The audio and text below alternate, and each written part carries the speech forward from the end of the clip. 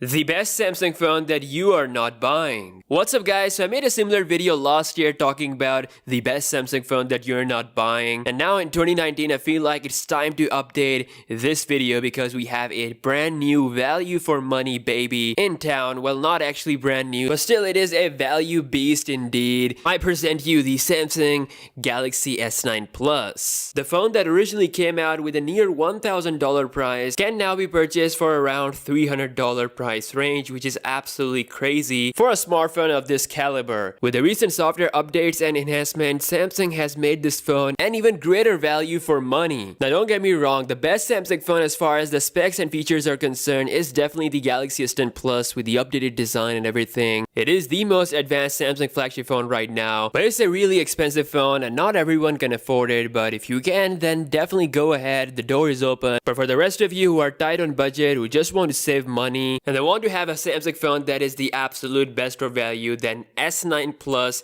is it. Now at a $300 price range, the Galaxy S9 Plus is competing right next to the mid-range level phones. Samsung has improved their Galaxy A lineup so much this year. We have the updated design, minimal bezels, great battery life, good camera features and everything. But still, you know they say, old flagships are always better than the mid-rangers. That statement is still true, and the Galaxy S9 Plus is the absolute proof of that. So at the price of a 2019 mid-ranger phone, the Galaxy S9 Plus is packing a lot of features. First and foremost, if we talk about the display of the Galaxy S9 Plus, it is still rocking a Quad HD Infinity display. This is the best representation of the old design. No notch, no hole whatsoever. In comparison to the Galaxy S10 Plus, when you put the two generations side by side, you can really tell how much Samsung has improved with their Infinity O design, but it's still not perfection. We have holes on the display, which means when you're watching a full screen video or playing a game, this will appear all the time. You cannot remove it. But that being said, you can get used to it, but the old design definitely has this advantage. It may have thicker bezels, but again, no interruptions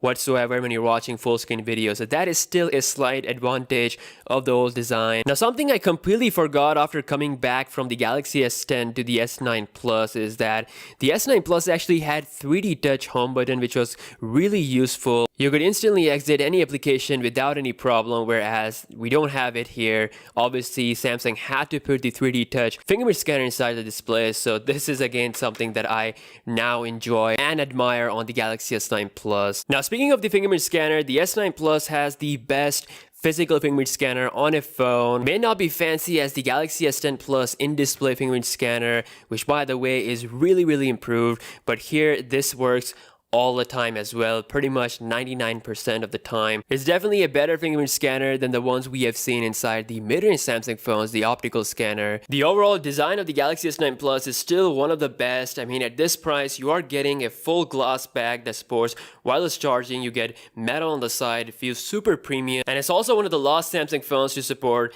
the headphone jacks. It's pretty much a complete smartphone design. In comparison to the mid-rangers that Samsung is offering in this price range, the S9 Plus is definitely in its own league. Now, the Galaxy S9 Plus originally came out with Android 8.0 Oreo, and it has received its biggest software update, which is the One UI. It completely changes the whole look. In the age of big screen smartphones, Samsung has built their UI so that we can use it with just one hand. Things like bringing the notification panel with just a single swipe, and also optimizing all the system-based application for one-handed experience, bringing all the major options in each application right at the reach of your thumb. You also get a proper dark mode, so pretty much all the changes that Samsung introduced with the Galaxy S10 Plus on the One UI is now here with the older S9 Plus, so you're really not missing anything out when it comes to the software updates. And now Samsung had made things even sweeter for the S9 Plus. We have a dedicated night mode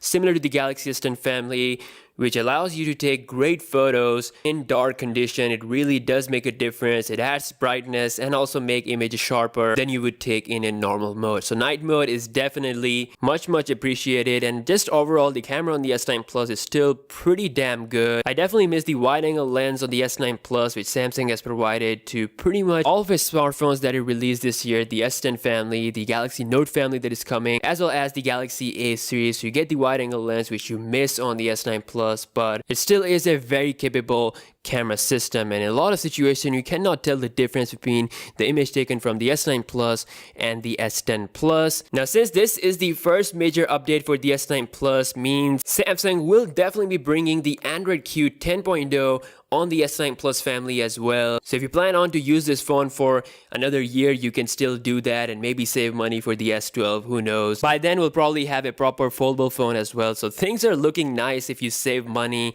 I mean, it's really up to the budget, and of course for the budget this phone is offering the best value. Now, one of the reasons why people avoid buying the last year flagship phones is because of the performance. And to clear all the doubts, I will be performing a speed test against the best of the Samsung, which is the S10 Plus, to give you guys an idea of speed. But before I start off, in general, my experience with the Galaxy S9 Plus has been surprisingly good, much better than the Galaxy S8 from last year. The flagship chipsets are getting so good. I guess the only major noticeable slow thing I would say on the S9 Plus is how much time it takes to process a night mode picture and a portrait selfie. So those things are definitely improved. They use the scene optimizer enhancements just like the S10 Plus. I mean, the image results are definitely better, but it does take some time to process. Other than that, the S9 Plus has been pretty damn good. Now, just to give you guys a quick demonstration, I'm going to perform a quick speed test against the Galaxy S10 Plus, and of course all the latest software updates are installed. Both are the Exynos models, so let's see which one boots up faster with the latest respective One UI software. And you can see the S9 Plus actually boots up faster compared to the S10 Plus. Surprisingly, the S10 Plus is still taking some time, and now it is done. Time for a quick benchmark warm-up. We have Geekbench 4. You can see Exynos 9820, Exynos 9810, running CPU benchmark. Alright, so both phones are done. The benchmark has fired up both devices. We have better scores, of course, as expected on the S10 Plus. You can definitely tell the S9 Plus is not far behind. Let's open some applications, starting with Phone Dialer. Here we go.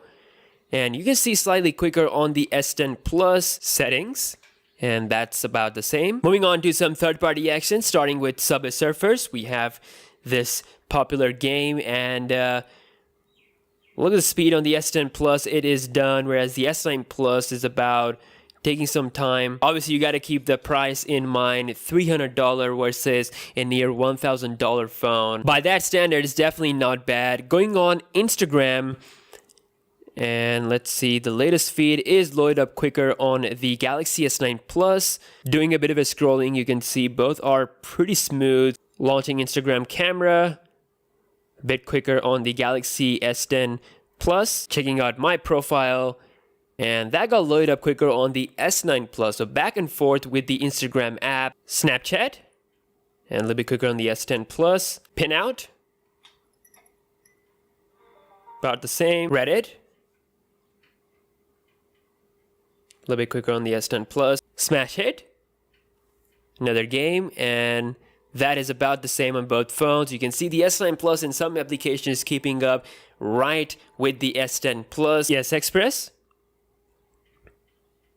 and once again, almost the same. The S10 Plus feels a little bit quicker, loading up the full gallery. Last but not the least, I'll be opening the cameras on both phones at the same time, and that is slightly quicker on the S10. So you can see the S9 Plus did surprisingly well in the apps opening battle. Let's test out the browsing performance of this phone as well. I'm using the default internet browser on both phones. So you can see really similar. It's kind of hard to tell which one is the winner. I think the S9 Plus might be slightly quicker there. Again, you guys are the judge. You can see scrolling looks really smooth on both phones. Now, next on the list is Apple.com, and that is quicker on the S9 Plus versus the S10 Plus, which took just a split second more. Now, time for the RAM management, starting with the Geekbench app that is still there on both phones. Phone Dialer, still there. Subway Surfers, still there. Instagram, Snapchat, Pinout, Reddit, Smash Hit, still there. Photoshop Express,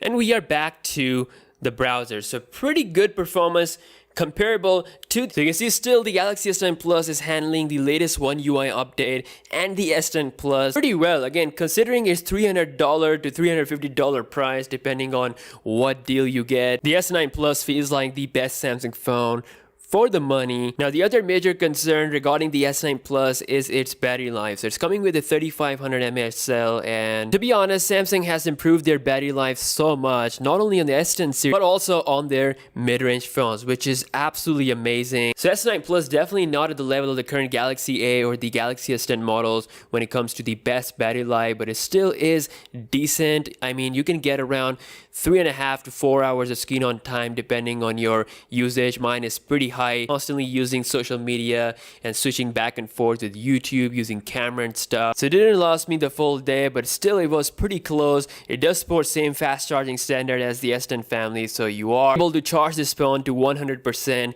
in about 1 hour and 20 minutes, which is still not bad. All in all, as far as the value is concerned, the S9 Plus is the best Samsung phone that you can buy right now. Compared to all the mid-range phones that are out, it is still providing the most value, and it still has the Android Q update coming as well. So if you want to keep it for another year, or if you want to save money for the S11, I think this phone is a pretty good option. With that being said, I will see you guys in the next video. Peace out.